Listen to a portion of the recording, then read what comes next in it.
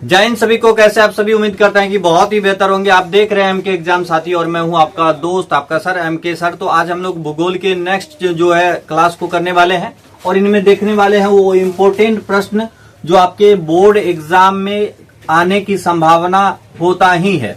तो उनका कंसेप्ट देखेंगे, फिर इनके आधार पर आप लोग क्वेश्चन आंसर खुद से कर लोगे। देखेंगे यहाँ पर ताप शक्ति के बारे में। भैया ताप शक्ति क्या है? सबसे पहले तो ताप आप सब जानते हो कि टेम्परेचर होता है और ऐसे टेम्परेचर से जो प्राप्त होता है ऐसे शक्ति को हम क्या कहते हैं? ताप शक्ति कहते हैं। और इनके लिए क्या करना होता है?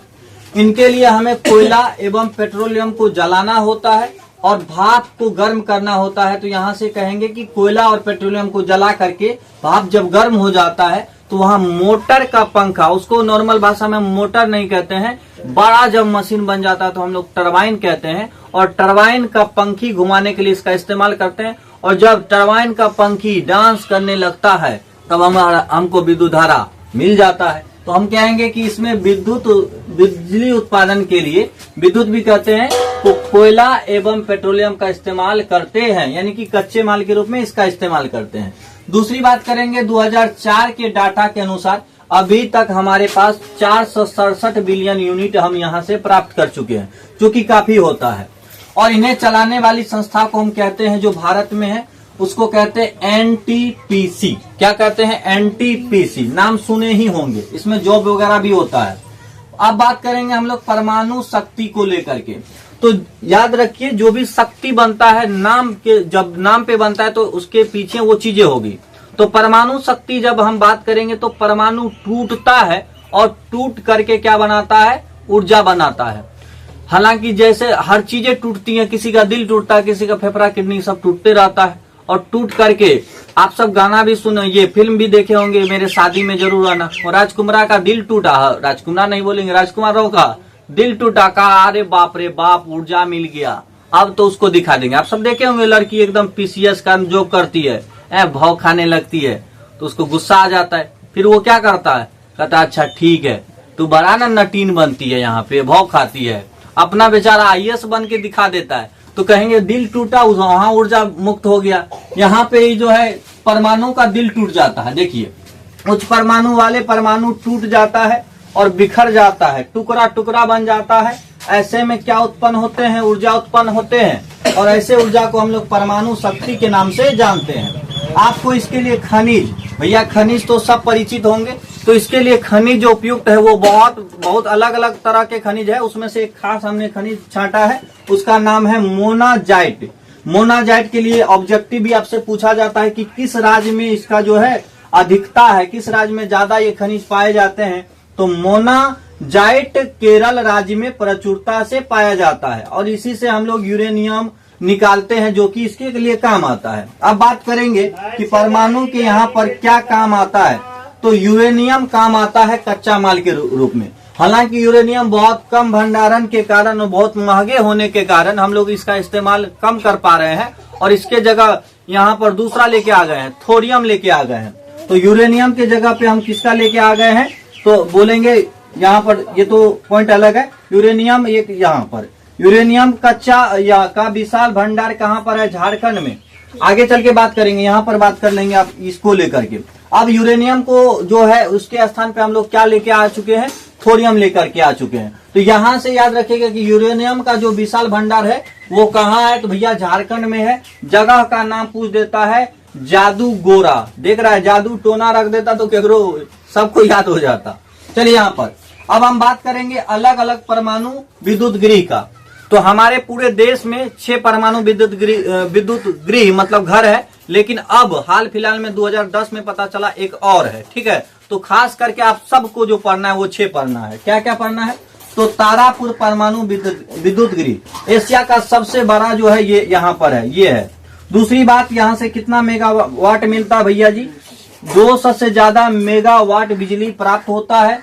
इसके बाद यहाँ जो हम पहले ही बात कर चुके थे, यूरेनियम के स्थान पर अब थोरियम का प्रयोग करते हैं। अगला पॉइंट की बात करेंगे, यहाँ 2 नंबर राणा प्रताप सागर परमाणु विद्युत गृह। इसके जगह कभी कभी पूछ देते हैं तो ये राजस्थान, जो कि कोटा, राजस्थान के कोटा में, और किस नदी पर भैया जी, तो चंबल नदी के किनारे यह स्थित है। और इससे कितना मिलता है, आप कहोगे 100 मेगावाट मिलता है।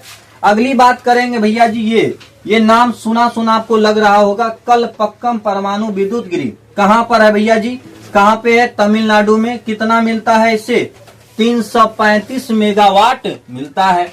आगे हम 4 नंबर की बात करेंगे, नरोरा, यहाँ पर परमाणु विद्युत गृह। ये कहाँ भैया, यूपी में। यूपी का बुलंदशहर बहुत ही फेमस है, वहां पर ये है। कितना भैया इससे मेगावाट मिलता है, 235 मेगावाट मिलता है। उसके बाद बोलेंगे ककरापारा, ये सब लगा लीजिएगा, परमाणु विद्युत गृह सब में एक ही बात है। ये कहाँ पर बोलेंगे, गुजरात में। इसकी स्थापना को देखेंगे तो 1992 में हुआ। उसके बाद हम लोग बात करेंगे 6 नंबर का, और ये बात करेंगे कैगा। कैगा भैया जी कहाँ है, क से कैगा, क से कर्नाटक, क से कैगा, क से कर्नाटक, ऐसे याद कर लीजिएगा। कर्नाटक जागवार, जगवार, ठीक है, नाम सुने होंगे। ये गाड़ी टाइप का, एक गाड़ी का भी नाम है ना बाबू। चलिए, तो आप कहेंगे यहाँ पर ये आ जाता है। तो ये सारी चीजें इसकी थी, और इसमें जो इम्पोर्टेंट है ये यहाँ पर हो गया तारापुर, कलपक्कम, ये सब जो है इम्पोर्टेंट है, बाकी चीजें इम्पोर्टेंट नहीं है, फिर भी आप लोग। चलिए हम लोग बात करते हैं अब पवन ऊर्जा को लेकर के, ज्वारीय एवं तरंग को लेकर के, भूतापीय ऊर्जा को लेकर के, और बायोगैस एवं जैव ऊर्जा को लेकर के। इनकी पूरी बात करेंगे भाई। क्या पवन चक्कियों की सहायता से प्राप्त ऊर्जा को हम लोग क्या कहेंगे भैया, पवन ऊर्जा कहते हैं। पवन ऊर्जा नॉर्मल हम लोगों के यहाँ छोटे बच्चे जो होते हैं ना, यहाँ पे आम का पत्ता का जो है ना घिरनी बना करके एकदम दौड़ता है, दौड़ता तो उसका घिरनी नाचता है। लेकिन जहाँ हवा वाला क्षेत्र है ना, वहाँ सरकार दिमाग लगाए, का बड़का बड़का टावर खड़ा कर दो, एगो टरबाइन लगा दो, टरबाइन में पंखा लगा दो, अब हवा आएगा तो उसको घिरनी सन सन सन सन नचाएगा, और नचाएगा तो हमको पवन से क्या मिल जाएगा, ऊर्जा मिल जाएगा। इस कारण से इसका नाम पड़ गया पवन ऊर्जा।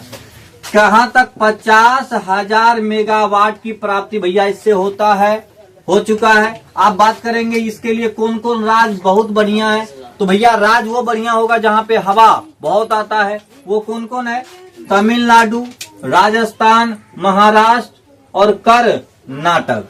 आप बात करेंगे इससे लेकर के यहाँ से इसको लेकर के बात करेंगे। स्टार आप मारेंगे यहाँ पर भैया, क्या है स्टार, स्टार ये है कि एशिया का सबसे बड़ा पवन ऊर्जा केंद्र अगर कोई है तो वो कहाँ पर है, गुजरात में है, जगह का नाम लांबा है। उसके बाद ज्वारीय एवं तरंग को देखेंगे, तो जब समुद्र पगलाता है ना तो उसको कहते हैं, उसमें ज्वार और भाटा आ जाता है, पनिया उठता है, पनिया गिरता है, उठता है गिरता है, उठता है गिरता है। तो भैया जब पानी उठ गया तो हम कहेंगे वहां पे ज्वार आ गया, अब बैठ गया तो भाटा आ गया, उठा तो ज्वार, बैठा तो भाटा। और जब समुद्र ऐसे नाटक करने लगता है तो लोग कहता है अच्छा बेटा ठीक कर रहा है, अपना घिरनी लगा देता है, कहा घूम बढ़िया से घूम, हम यहाँ पे बिजली बनाएंगे। तो समुद्र के ज्वार तथा तरंग में जल गतिशील हो जाता है, जल गतिशील, जिससे विद्युत उत्पन्न किया जाता है, और ऐसे को कहते हैं ज्वारीय एवं तरंग। यहाँ पर लिखेंगे ऊर्जा कहते हैं। क्या कहते हैं, ऊर्जा कहते हैं। आगे हम बात करेंगे भूतापीय। कभी कभी इतना गर्मी पड़ जाता है कि हम लोग तो पगलेबे करते हैं, पूरा पृथ्वी भी, वो जो मिट्टी उट्टी है वो भी पगला जाता है। अब पगला की इतना ना भाप उप छोड़ता है तो लोग कहता अच्छा बेटा तू भाप छोड़ रहा है, इतना तो हमारा सीटीओ ना एकदम धक्का दे रहा था, तू जब धक्का देने लगता तो वहाँ मोटरवे सेट कर देते हैं, जिसको हम लोग बढ़िया भाषा में टरबाइन बोलते हैं। टरबाइन लगा के एकदम नाचने लगता है, तो इसको कहते हैं हम लोग भूतापीय ऊर्जा। भूगर्भ से यहाँ पर देखेंगे, भूगर्भ से मेग्मा निकलते हैं, जिससे अपार ऊर्जा मुक्त होती है। इतना गर्म होता है एकदम फट के निकलता है यहाँ से। अब हम बात करेंगे बायोगैस ऊर्जा।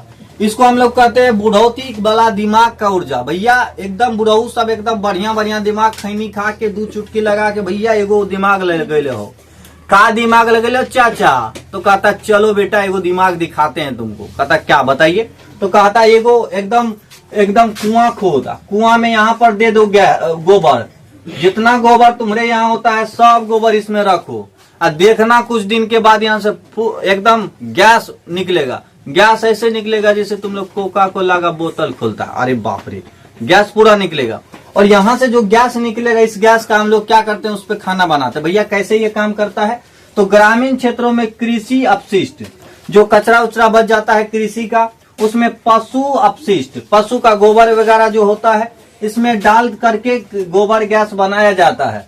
आप कहोगे भैया जी आप क्यों नहीं विस्तार से पढ़ा रहे हो, तो आप लोग फिजिक्स के जो लास्ट चैप्टर है, छठा चैप्टर, उसमें आप लोग बेहतरीन, छठा चैप्टर ही है, उसमें आप लोग बेहतरीन पढ़ते हो, इसलिए यहाँ पर थोड़ा कम पढ़ाया जा रहा है।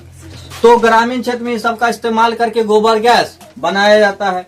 भारत में भैया जी, भारत में इसको बायोगैस के कहेगा जी, भारत में इसको बायोगैस नहीं कहता है, यहाँ पे गोबर कहते हैं, हम लोग गोबर कहते हैं। यहाँ पे गोबर का गोईठा ओठा सब कुछ क्या क्या बनाते हैं, तो भारत में इसको एकदम क्या कहते हैं, गोबर गैस प्लांट के नाम से जानते हैं।